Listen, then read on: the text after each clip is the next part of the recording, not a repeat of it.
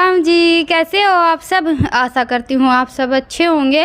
तो जी आप सबका स्वागत है एक और नए व्लॉग में। और आज है 13 जुलाई वार शनिवार और वही डेली की व्लॉग की तरह सुबह सुबह का टाइम है। आजकल व्लॉग की स्टार्टिंग सुबह से ही हो जाती है।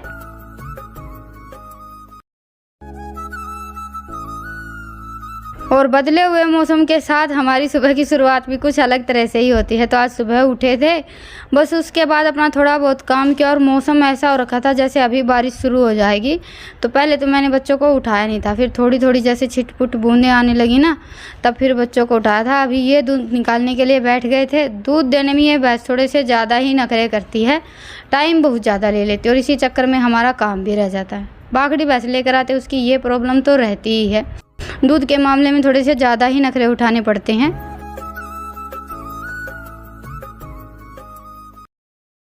पर यह है कि देखिए आजकल महंगाई इतनी ज़्यादा हो गई है, उसी हिसाब से भैंसों के रेट भी बहुत ज़्यादा हो गए हैं। तो ताज़ा भैंस लेना तो थोड़ा सा मुश्किल हो जाता है। तो बस ये दूध निकालने के लिए बैठ गए थे, तब तक मैंने चाखी रख दी और बाकी जो थोड़ा बहुत सामान बाहर था ना वो उठा कर रख दिया है। और मौसम देखिए बिल्कुल साफ़ हो गया है। सुबह तो जैसे उठे ना तब मौसम बारिश का हो रखा था, उसके बाद छिटपुट बारिश शुरू हो गई थी। बस फिर एकदम से ऐसा हो गया कि जैसे हल्की हल्की सी धूप खिल गई थी। तो बस अभी झटपट गोबर और उठा लेते हैं, उसके बाद देखेंगे अपना झाड़ू वगैरह का काम।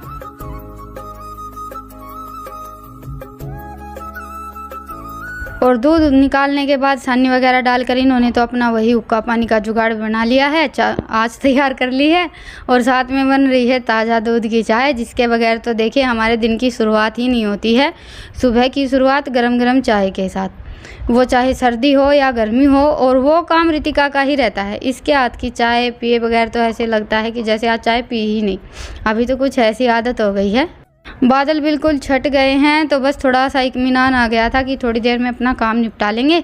अभी चाय पीते पीते थोड़ी सी देर के लिए सब बैठ गए थे। बच्चों की भी छुट्टी है, आज सेकंड सैटरडे है, तो अभी इनकी आज की और कल की 2 दिन की छुट्टी है।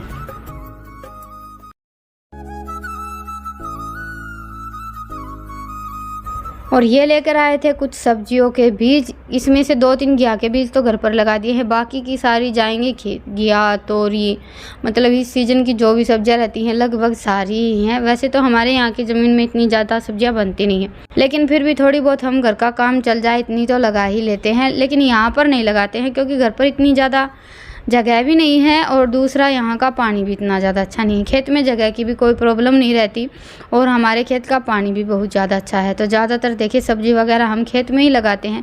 खेती करते हैं तो सुबह शाम दोनों टाइम आना जाना तो रहता ही है।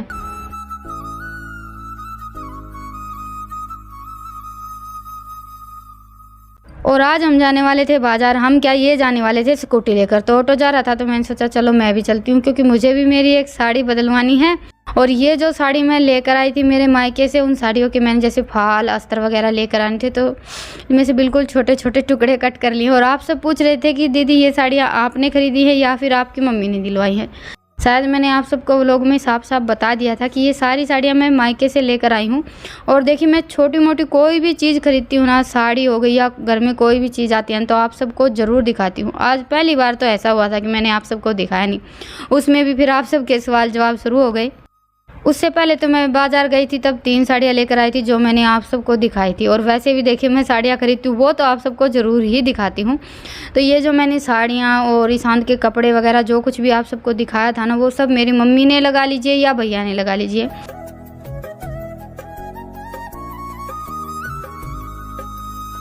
मैं मेरे मायके से ही लेकर आई हूँ। और अभी मेरी चल रही है खाना बनाने की तैयारी। खाना लगभग हमारा बनकर तैयार हो गया है। सिंपल सी अपनी वही देसी स्टाइल तोरी की सब्जी बनाई है, तरी वाली, और साथ में चूल्हे की गरम गरम रोटियां। ये भी आ गए हैं खाने के लिए। और मैंने भी अपना काम जल्दी जल्दी निपटा लिया था, लेकिन जाना बाद में हमारा हो नहीं पाया, क्योंकि हम सोच रहे थे कि ऑटो में लेकर चले जाएंगे, लेकिन ऑटो थोड़ी सी छोटी रह जाती है और हमारी स्कूटी थोड़ी सी बड़ी है, तो इसी वजह से फिर हमारा लास्ट में जाना कैंसिल ही हो गया था।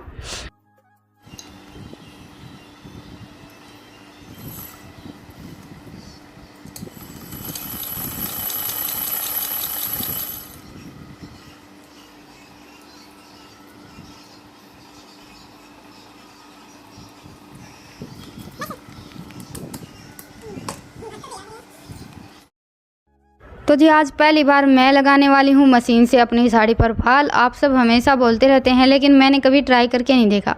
फिर मैंने सोचा कि चलो आप सब इतना बोल रहे हैं तो एक बार लगा कर देखते हैं, क्योंकि हाथ से तो हम जो फाल लगाते हैं ना वो पायल में या फिर ऐसे जो हम बिछुए वगैरह पहनते हैं उसमें उलझ कर, या फिर ऐसे भी कहीं ना कहीं से तो धागा टूट ही जाता है। और मशीन का ऐसा है कि भाई कहीं से अगर सिलाई निकल भी गई तो फिर से 5 मिनट में सिलाई लग जाएगी।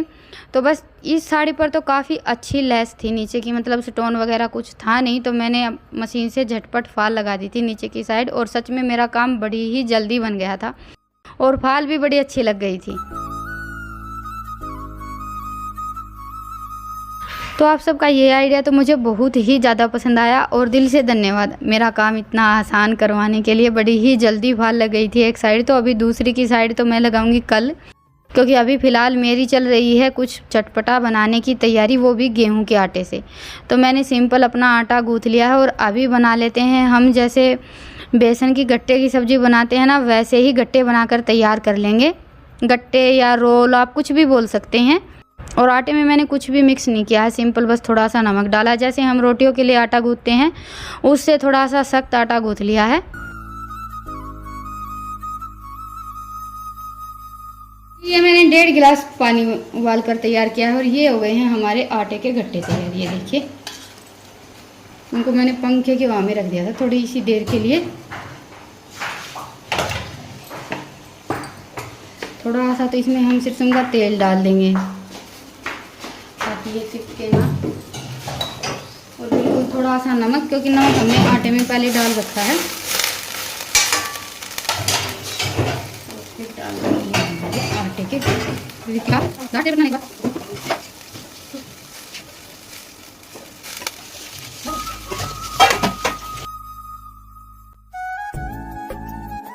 और बस अभी हमारे गट्टे उबल कर तैयार होंगे, तब तक तड़के की तैयारी कर लेते हैं। तो एक बड़े साइज़ की प्याज कट की है मैंने और 2 टमाटर लिए हैं, 4-5 हरी मिर्च। बिल्कुल सिंपल जो घर पर आसानी से मिल जाती है ना वो सारी चीज़ें डालेंगे। कोई ऐसी चीज़ नहीं चाहिए हमें इस नाश्ते को बनाने के लिए कि जो हमें घर पर ना मिले।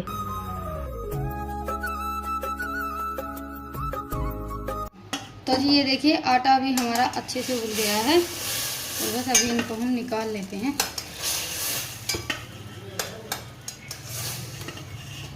दूर दूर तक पटक पटक डरता तो लिखना को नहीं आई, पानी थोड़ा रह गया। मैं सोची तुमने वो करके बना काट के उबालोगी। काट के भी उबालना है तो फिर मैं काट के उबाल जितना पानी ठीक से है। मैंने कहा था मैं बेलन से उबालोगी। ले चिपक भी गई इसमें। कोई नहीं बस। और ये देखिए मैं हल्के हल्के बबल्स से आ जाते हैं उबलने के बाद। भीग दे तो कौन मन ने देख। अच्छा ये तो थोड़ी ठंडी हो जाएंगे, ये पानी निकाल। और इनको मैंने 8 से 10 मिनट के लिए लो टू मीडियम फ्लेम पर पकाया था। बीच बीच में आप 1-2 बार चेक भी कर सकते हैं, क्योंकि कभी कभी रोटी थोड़ी सी थिक रहती है या ज़्यादा पतली रहती है, तो उसी हिसाब से हमारे ये गट्टे पककर तैयार होते हैं। वैसे हमें रोटी बिल्कुल पतली ही रखनी रहती है, क्योंकि ज़्यादा मोटे हो जाएंगे ना तो फिर बाद में आटा थोड़ा सा फूलता भी है और खाने में फिर इतने ज़्यादा अच्छे नहीं लगते हैं। तो बिल्कुल पतली पतली रोटी के जैसे हम बेसन का बनाते हैं ना, बिल्कुल वैसे ही गट्टे बनाकर तैयार करें। तो जी बस हल्के से ठंडे होने के बाद फिर मैंने इनके पीस कट कर लिए हैं और अभी लगा लेते हैं तड़का।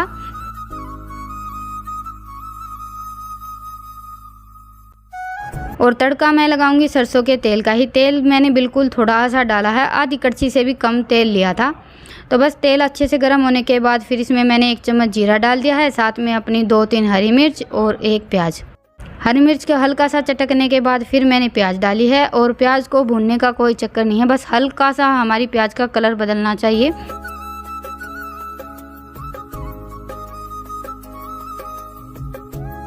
तो जी अभी प्याज हमारी हल्की सी फ्राई हो गई है, तो इसमें मैंने डाल दिया करी पत्ता और साथ में टमाटर। दोनों को अच्छे से तेल में फ्राई कर लेते हैं।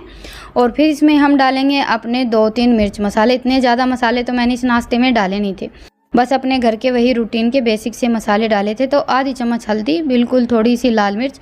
हाँ, एक चीज़ इसमें स्पेशल डाली थी मैंने, वो है 1 चम्मच चाट मसाला। और इस नाश्ते में आप चाट मसाला ज़रूर डालें क्योंकि असली टेस्ट तो इसी से आता है। इन मसालों को भी 2-3 मिनट के लिए तेल में अच्छे से भून लिया और जो हमने गट्टे उबालते टाइम थोड़ा सा पानी बचाया था वो डालकर इनको ढककर लो टू मीडियम फ्लेम पर अच्छे से पका लेंगे।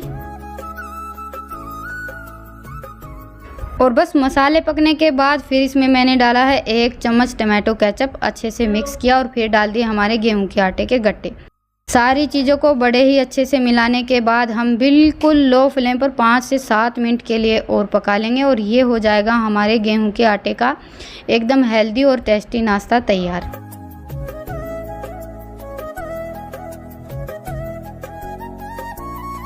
और बनने से पहले ही देखने में इतने ज़्यादा अच्छा लग रहा था ये वाला नाश्ता। देखिए, किसी को देखकर पता भी नहीं चलेगा कि हमने गेहूं के आटे से बनाया है। और मेरे कहने से एक बार आप सब घर पर ट्राई करके ज़रूर देखिएगा। बनाते हैं तो बहुत अच्छी बात है, अगर नहीं बनाते हैं तो एक बार ज़रूर बनाकर देखिएगा। मैक्रोनी, पास्ता सब कुछ भूल जाएंगे। और सबसे अच्छी बात तो ये है कि गेहूं के आटे से बनाया है, घर पर बनाया है, हमें पता है कि हमने इसमें क्या डाला है। और मेरे हिसाब से सारी ही चीज़ें हेल्दी है, ऐसी कोई चीज़ नहीं है जो हमें नहीं डालनी चाहिए। और बच्चों को भी बहुत ज़्यादा पसंद आएगा क्योंकि बच्चों की देखिए ज़्यादातर ये सारी चीज़ें खाने की फरमाइश होती है। तो नाश्ता हमारा तैयार हो गया है, आप सब भी आ जाइए खाने के लिए। और बाहर मौसम इतना ज़्यादा अच्छा हो रखा है।